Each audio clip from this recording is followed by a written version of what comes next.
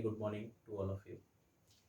Today we start characteristics of operation research. Operation research की क्या क्या विशेषताएं हैं ये हम देखेंगे आज। तो सबसे पहले देखते हैं साइंटिफिक अप्रोच। ओआर ने, जैसे हमने बताया कि इसने साइंटिफिक मेथड्स को यूज़ किया था, तो इसकी सबसे बड़ी विशेषता है कि ये साइंटिफिक अप्रोच को यूज़ करती है। OR employs scientific methods for the purpose of solving problems. It is formalized process of reasoning. मतलब OR ऑपरेशन रिसर्च ने जो किया कि जो साइंटिफिक मेथड्स थे उनसे रियल लाइफ प्रॉब्लम्स को सॉल्व करना या रियल प्रॉब्लम्स को सॉल्व करना शुरू करा।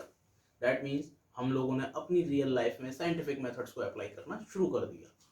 तो ये OR का सबसे पहला कहेंगे विशेषता है। दूसरा ऑब्जेक्टिव, ये ऑब्जेक्ट ओरिएंटेड है। ऑब्जेक्टिव जो है, हमें जो हमारी जो प्रॉब्लम है उसका जो मुख्य कारण है या उसका जो मुख्य टारगेट है हमारा, या हमें ये काम करना है, उसके लिए ऑब्जेक्ट ओरिएंटेड रहा ये। OR attempts to locate the best or optimal solution to the problem under consideration। मतलब जो अंडर कंसीडरेशन, मतलब अपने जो विचाराधीन था प्रॉब्लम, उसके बेस्ट और ऑप्टिमल सॉल्यूशन को इसने लोकेट किया। ये दूसरी विशेषता रही। तीसरी इंटरडिसिप्लिनरी टीम अप्रोच। इसके अंदर जो है डिफरेंट डिसिप्लिन्स के प्यूपिल्स को एक टीम बनाकर काम किया जाता है। जैसे हम किसी ऑर्गेनाइजेशन की बात करें तो वहां पर कंप्यूटर स्पेशलिस्ट भी होगा, स्टैटिस्टिक के फील्ड का भी स्पेशलिस्ट होगा, फिजिक्स के फील्ड का भी होगा, इकोनॉमिक्स का भी होगा, क्योंकि कंपनी में अलग अलग तरीके के प्रॉब्लम्स के लिए अलग अलग एक्सपर्टाइज पर्सन चाहिए होता है। इसीलिए यहाँ पर इंटरडिसिप्लिनरी टीम अप्रोच यूज होती है। OR is a interdisciplinary in nature and requires a team approach to a solution of the problem। अब उस प्रॉब्लम को सॉल्व करने के लिए, किसी की भी प्रॉब्लम को सॉल्व करने के लिए वहां पर टीम अप्रोच बहुत जरूरी है। डिजिटल कंप्यूटर्स, अब वहां पर क्या हुआ, प्रॉब्लम्स जब कॉम्प्लेक्स हो गई, मॉडल्स जो बनाए गए, उनके मेथड्स सॉल्व करने के लिए जो बनाए गए, उनको वो क्या हुए, कॉम्प्लेक्स हो गए। तो अब उन कॉम्प्लेक्स मॉडल्स को सॉल्व करने के लिए हमें किसकी जरूरत पड़ी, एक कंप्यूटर की। या कह दीजिए कि जो डेटा था बहुत ज्यादा था, उस डेटा को प्रोसेस करने के लिए हमें कंप्यूटर की जरूरत पड़ी। या कह दीजिए जो कंप्यूटेशंस हुए, उसके जो इवेल्युएशन हुई, जो कैलकुलेशंस हुई, कंप्यूटेशंस हुए उसमें मॉडल के अंदर, उसके लिए भी हमें कंप्यूटर की जरूरत पड़ी। तो OR के अंदर हमें कंप्यूटर्स की भी विशेष जरूरत पड़ती है, इसीलिए ये डिजिटल कंप्यूटर भी एक इसकी विशेषता में आया। फिफ्थ करेक्टरिस्टिक या विशेषता जो OR की रही वो रही डिसीजन मेकिंग। डिसीजन मेकिंग कह लीजिए मैनेजरियल डिसीजन मेकिंग, या कोई भी प्रॉब्लम हो वहां पर हमें डिसीजन ऑप्ट करना पड़ता है डिसीजन। तो वो डिसीजन मेकिंग में OR का बहुत वाइटल रोल रहता है।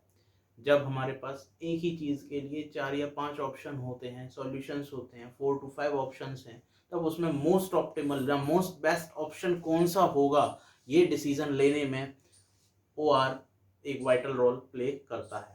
ये इसकी एक और बड़ी विशेषता है, जिसमें सबसे पहले ये कहा गया OR is address to managerial decision making और प्रॉब्लम सॉल्विंग। मतलब जो मैनेजरियल डिसीजन मेकिंग है या प्रॉब्लम सॉल्विंग है, उसके लिए OR एड्रेस करता है, बना है।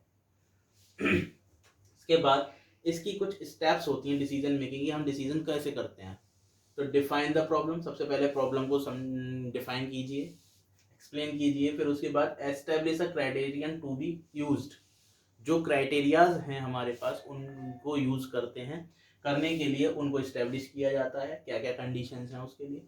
Select the alternative courses of action for consideration, consideration में कौन कौन से कोर्सेज हैं, क्या क्या स्थितियां बन रही हैं, क्या चीज़ कितनी है, कैसे है, वो सारे पॉइंट्स यहाँ पर आ जाते हैं। Next, determine the model to be used and the values of parameter involve. अब मॉडल बनाना, किस तरीके से उसको सॉल्व किया जाएगा, या कह दीजिए मेथड बनाना, मेथड को यूज करना है। उसके बाद पैरामीटर्स की वैल्यूज, कह दीजिए इनपुट वैल्यूज लेनी है उस मेथड के लिए, फिर वो वैल्यूज को उस मॉडल में अप्लाई कर कर सॉल्व करेंगे उस मॉडल को, और बेस्ट ऑल्टरनेटिव्स हमारे सामने आ जाएंगे। उन ऑल्टरनेटिव्स में हम बेस्ट को चूज करते हैं और वही हमारी डिसीजन मेकिंग हो जाती है। This is the fifth and most important characteristics of the OR, methodology of operation research. मतलब ऑपरेशन रिसर्च को यूज करने के लिए क्या क्रिया विधि को हम यूज करते हैं, क्या मेथड हम यूज करते हैं। तो यहाँ पर जो मेथोडोलॉजी है वो 7 स्टेप्स में बताई गई है कि 7 स्टेप्स होते हैं इसके। पहला, फॉर्मुलेट द प्रॉब्लम। जो प्रॉब्लम है उसे फॉर्मुलेट कीजिए, उसे बनाइए, क्या प्रॉब्लम है। Second, construct a mathematical model. उस प्रॉब्लम जो आपने बनाई उसके बेस पर अब मैथमेटिकल मॉडल बनाइए, मैथमेटिकल मेथड बनाइए उसका। Next, acquire the best input. जो इनपुट डेटा है उसको स्टोर कीजिए, एक जगह इकट्ठा कीजिए। Drive the solution from the model. अब इन इनपुट्स को यूज कर कर जो आपने मैथमेटिकल मॉडल बनाया था उसमें इन इनपुट्स को पुट कर कर आप सॉल्यूशन निकालिए, ड्राइव कीजिए, कैलकुलेट कीजिए। Next, fifth step, validate the model. अब जो वैल्यूज आई हैं उनको उस मॉडल में से मैं वैलिडेट कीजिए कि हाँ जी मेरे पास सही इनपुट से ये आउटपुट आने के बाद ये चीज सही है। फिर उसके बाद इस्टेब्लिश कीजिए उस सॉल्यूशन पर कंट्रोल को। नेक्स्ट, लास्ट, फिर इम्प्लीमेंट कर दीजिए फाइनल रिजल्ट, जो आपका ऑप्टिमल रिजल्ट था उसे आप इम्प्लीमेंट कीजिए। ये है इसकी मेथोडोलॉजी। तो ये 7 स्टेप्स यूज होते हैं ऑपरेशन रिसर्च के। Next point, operation research and decision making. जैसे कि अभी हमने अपने प्रीवियस अभी पढ़ा था कैरेक्टरिस्टिक्स में कि जो ऑपरेशन रिसर्च है इसने एक वाइटल रोल प्ले किया था डिसीजन मेकिंग में।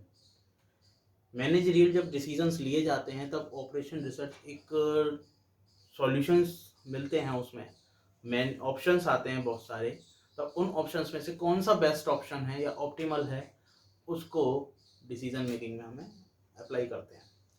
तो डिसीजन मेकिंग या कहें OR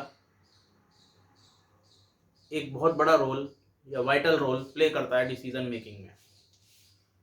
बात आती है कि डिसीजन मेकिंग में OR को यूज करने से क्या क्या एडवांटेजेस हुए।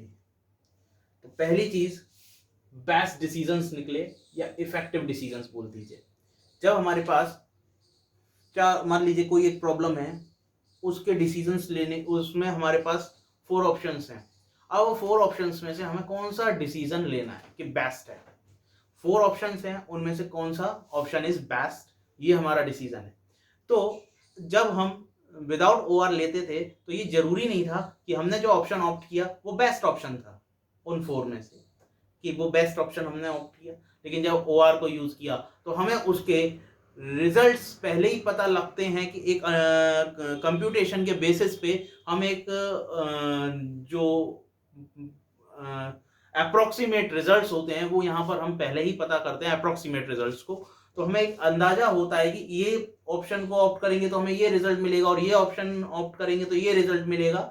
इस बेसिस पे हम उनमें से बेस्ट ऑप्शन को अपना सिलेक्ट करते हैं। मान लीजिए मैक्सिमाइज करना है प्रॉफिट, तो हमें मैक्सिमम जहां प्रॉफिट मिलेगा हम उस ऑप्शन को ऑप्ट करेंगे। या हमें बात होगी कि हमें जो उसका इन्वेस्टमेंट है उसे मिनिमाइज करना है, अपना उसकी कॉस्ट को मिनिमाइज करनी है। कोई प्रोडक्ट है उसमें प्रॉफिट तो मैक्सिमाइज कर देंगे लेकिन जो उसकी कॉस्ट होगी हम उसको मिनिमाइज करने की कोशिश करेंगे। तो जो कॉस्ट मिनिमाइज करने के लिए ऑप्शंस यूज होंगे, तो मिनिमाइज में क्या होगा, जो सबसे कम हमारा उसकी प्राइस दे रहा होगा जो ऑप्शन, उस ऑप्शन को हम ऑप्ट करेंगे कि हाँ ये हमारा ऑप्टिमल मिनिमम सॉल्यूशन है। तो इसको क्या कहा गया कि जब हमें ऐसे ऑप्शंस मिलते हैं तब उनमें से हम बेस्ट ऑप्शंस को निकालते हैं। तो इससे क्या हुआ, हमारा जो डिसीजन हुआ वो बेटर हो गया, पहले से बेटर हुआ। OR को यूज करके। दूसरा बेटर कोऑर्डिनेशन, जब हम टीम वर्क में काम करते हैं कहीं भी किसी भी ऑर्गेनाइजेशन में या कंपनी में, हम एक टीम वर्क काम करते हैं, अलग अलग फील्ड का एक्सपर्ट वहां पर काम करता है, तब जब हम OR को यूज करके चलते हैं तो वहां पर प्रॉपर कोऑर्डिनेशन बनता है कि इस स्टेप के बाद इन, मतलब मान लीजिए 4 एक्सपर्ट्स हैं ABCD, तो 4 एक्सपर्ट्स में कि पहले D का वर्क है या B का वर्क है, ये कोऑर्डिनेशन पहले ही डिसाइड हो जाता है OR के अंदर कि विच एक्सपर्टाइज विल वर्क फर्स्ट। तो इस वजह से इससे क्या होता है कि कोई भी हम ऑप्टिमल यूज वहां करते हैं कि कोई भी एक तो एक्सपर्ट खाली ना रहे, जो वे कहते हैं उसको आइडल टाइम ना रहे किसी का, और वर्किंग प्रॉपर रहे। तो वर्किंग प्रॉपर होगी तो आदमी खाली नहीं रहेगा, तो आपको मैक्सिमम आउटपुट मिलेगा उससे, और बेटर कोऑर्डिनेशन आपस में बनेगा कि मेरे बाद आपका काम है, आपके बाद मेरा काम है, इस तरह से कोऑर्डिनेशन बनेगा वहां। तो OR को यूज करके बेटर कोऑर्डिनेशंस बने, बेटर कंट्रोल हुआ और बेटर सिस्टम भी हुआ। बेटर सिस्टम से हम क्या समझेंगे? बेटर सिस्टम का मतलब है कि ऑर्गेनाइजेशन मान लीजिए कोई एक वेयर हाउस बनाना चाहती है नया, तो वो वेयर हाउस वो कहाँ बनाए, कहाँ से उसको किन एजेंसीज को, किन डीलर्स को वो प्रोडक्ट पहुंचाने में आसानी होगी कि ट्रांसपोर्टेशन कम लगे उसको और इजीली प्रोवाइड भी कर सके वहां से। तो ये चीज़ें बहुत ध्यान रखी जाती हैं। OR से इसका रिजल्ट बहुत अच्छा आता है डिसीजन मेकिंग के अंदर। तो हमेशा याद रखिए कि अगर advantages of OR in decision making में बात करेंगे तो यहाँ पर 4B वर्क करते हैं कि better decision, better coordination, better control and better system.